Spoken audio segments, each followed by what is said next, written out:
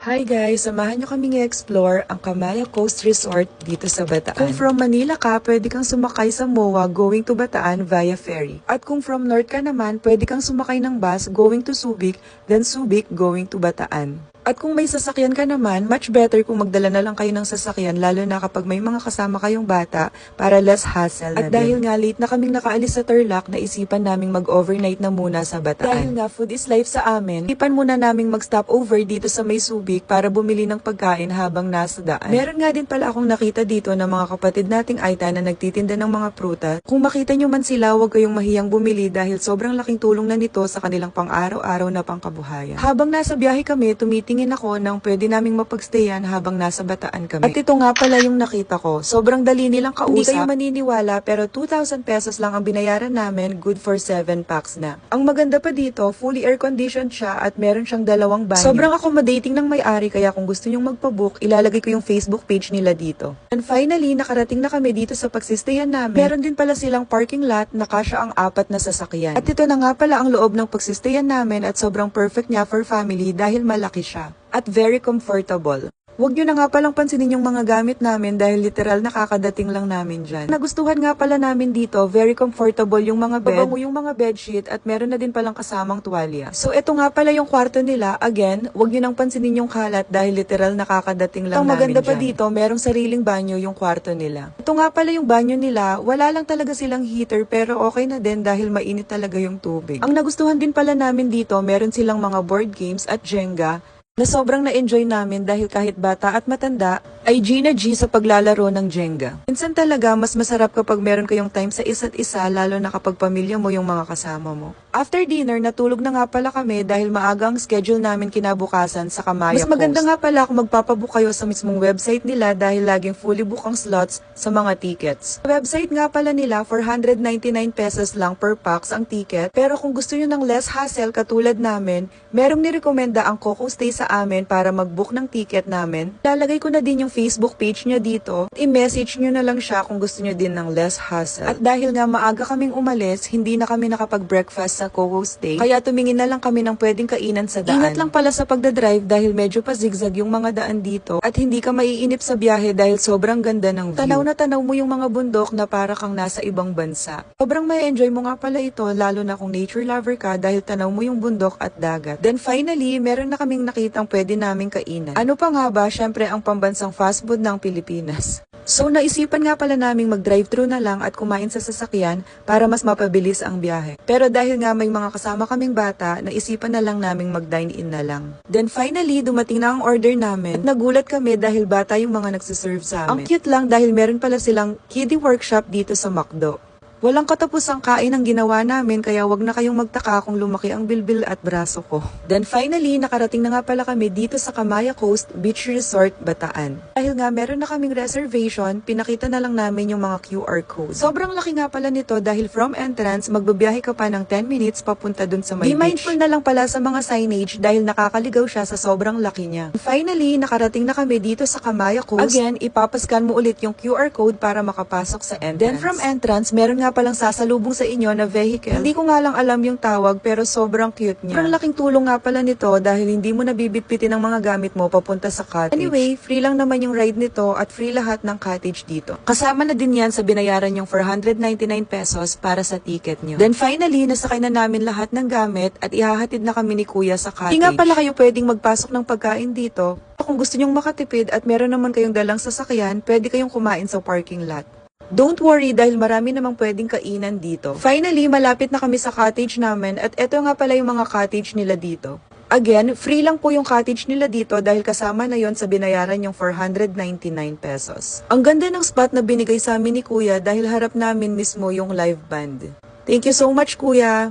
At meron nga pala kaming nakitang lounge area dito na pwedeng pagtambayan kahit hindi ka umorder ng pagkain. Ang maganda pa dito, fully air-conditioned siya. At meron silang free wifi na perfect para sa mga work from home. Ito nga pala yung loob ng lounge area nila. Ito nga pala ang perfect spot dito lalo na sa mga nagtatrabaho at may mga meetings.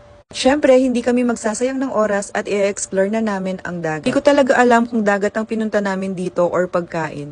And finally, nakarating na kami dito sa beach area. Tirik nga pala ang araw at sobrang init nung pumunta kami dyan pero worth it naman dahil sobrang ganda ng dagat. Ito talaga ang pinunta namin dito, ang inflatable water park na kasama na din sa 499 pesos na babayaran niya. Meron ding pa-live band dito na sobrang gagaling ng mga singers at pwede pang makipag-jam. Pwede ka ring mag-request ng gusto mong kanta sa kanila. Isa sa mga nagustuhan ko dito sa Camaya Coast, sobrang linis at sobrang bango ng mga CR nila. Hindi ko nga pala alam kung bakit pero sobrang dami ng comfort room nila dito. Ang maganda pa dito, hiwalay ang comfort room at shower room. At dahil sobrang init, babalik muna tayo dito sa cottage. Ang kinagandahan naman sa mga cottages nila, hindi mo mararamdaman ang init ng araw dahil sobrang presko. Malapit nga pala dito ang mga kainan like Pancake House, Yellow Cub, iba't ibang stalls ng pagkain na pwede mong pagbilhan. Meron na ding Hapchan na kakabukas lang din ngayong araw. At syempre, meron din silang pag-golf cart dito, pero hindi na siya kasama sa 499 pesos. Minsan wag abuso. At dahil kanina pa ako kinukulit ni Paris na mag-swimming, pagbibigyan natin siya at para naman makita na din natin kung anong itsura ng infinity pool nila dito. Ito nga pala yung way papunta sa infinity pool, medyo nakakahingal nga lang siya. Kaya pagdating mo doon, saktong-sakto yung tubig dahil pawis na pawis ka na. Meron silang pambata at meron din silang pang matanda. Bawal nga pala dito ang hindi naka-swimwear kaya buti na lang nakapagdala kami ng swimsuit. Finally, nakaakyat na kami at kailangan muna talagang mag-shower bago lumublob sa swimming pool.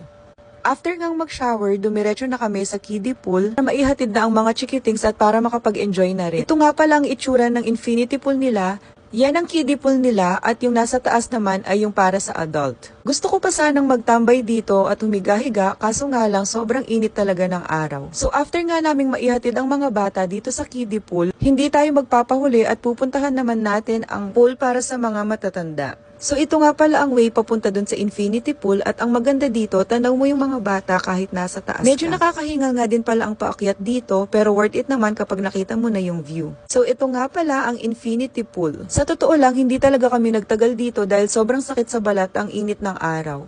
Actually guys, kasama na rin sa package na 499 pesos ang Camaya Coast Water Park. Pero hindi na kami nakapunta doon dahil dito pa lang sobrang dami na ng activities na pwedeng gawin. Meron na nga din palang 30 minutes free use of bike. Syempre, susulitin natin ang libre dahil kasama yan sa package na binayaran natin. Dito nga pala ang way papunta sa office nila kung saan magpapa-reserve at magpapabook ng mga slots para sa mga activities na gagawin dito. Ito nga pala ang mga bike nila at pwede kang mamili kung anong bike ang gusto mong gamitin. Buti na lang meron pang natirang double bike. At yun agad ang kinuha ko para maiangkas ko si Paris. Ang kinagandahan pa dito, meron silang pinoprovide na helmet para safe ang mga gustong gumamit ng bike. 15 minutes nga lang pala ang time limit nila pero okay lang dahil hindi naman namin natapos ang 15 minutes. Mas maganda nga palang mag-advance booking kayo sa mga activities na gusto nyong gawin like kayak, inflatable water park at bike. Yes, libre po lahat yon at kasama yon sa 499 pesos na binayaran nyo. At dahil nga napagod kami sa pagbabike, nag-relax muna kami dito sa cottage. At meron nga din pala silang potato corner dito, kaya bumili na din kami ng fries habang naghihintay. Meron nga pala silang in-offer na cabana for only 1,500 pesos. Pero hindi na namin kinuha dahil sinuggest ni Kuya na naghatid sa amin na mas presko dito sa cottage namin. At habang naghihintay ng oras namin papunta sa kayak, tumingin kami ng pwede namin kainan dito at nakita nga namin itong Pancake House. Dito na din pala kami kumain dahil mas marami silang choices compare sa ibang kainan. Kakatapos lang naming magmerienda dyan pero dahil food is life nga sa kakain ulit kami. So ito na nga pala, dumating na yung order namin. Naisipan na nga rin pala naming mag-banana boat pero dahil hindi pwede ang bata, hinatid muna namin si Paris dito sa inflatable water activity para sa mga kids. Sama na nga din pala ito sa 499 pesos na binayaran nyo. At sobrang sulit dahil mag-e-enjoy talaga ang mga bata dito. Don't worry dahil meron naman silang lifeguard dito na pwedeng magbantay sa mga bata habang nag-a-activity kayo. At pagkahatid nga kay Paris, dumiretso na kami sa station. Suot muna ng life jacket para sa banana boat. Yung banana boat nga pala guys, hindi siya kasama sa 499 pesos na binayaran nyo. Kaya kung gusto nyo mag-banana boat, meron silang ino-offer dito na 600 pesos only. Dahil isa ito sa mga pinaka na-enjoy naming activity dito sa Camaya Coast. Pwede nga din palang magpa-video dito kay Kuya pero make sure lang na meron kayong waterproof case para sa mga cellphone ninyo. Don't worry dahil sobrang safe ng banana boat nila dito. Dahil bukod sa nagda-drive sa jet ski, meron ding dalawang lifeguard na sasama sa inyo. Sayang nga lang at hindi namin na-try yung kayak dahil 4:30 ang schedule schedule namin sa kayak. 4:15 naman ang schedule namin sa banana boat. After nga namin sa banana boat, dumiretso na kami sa inflatable water park. 5:15 nga pala ang schedule namin dito sa inflatable water park. Kaya saktong-sakto siya lalo na sa mga mahihilig sa sunset. Suggestion ko nga lang pala guys, wag na wag kayong magdadala ng cellphone dito dahil may mga activities na mahuhulog ka talaga sa dagat. Ito nga pala yung loob ng inflatable water park at sobrang dami nilang activities. Talagang mag-e-enjoy ang lahat. Yung mahirap nga pala yung mga activities nila kaya tamang-tama kumain muna kami bago pumunta dito. Kung takot ka sa dagat, wag kang mag-alala dahil safe na safe naman dito dahil meron silang pinoprovide ng mga life vest. At meron din silang lifeguard dito na pwedeng mag-guide sa inyo sa bawat station ng inflatable water park.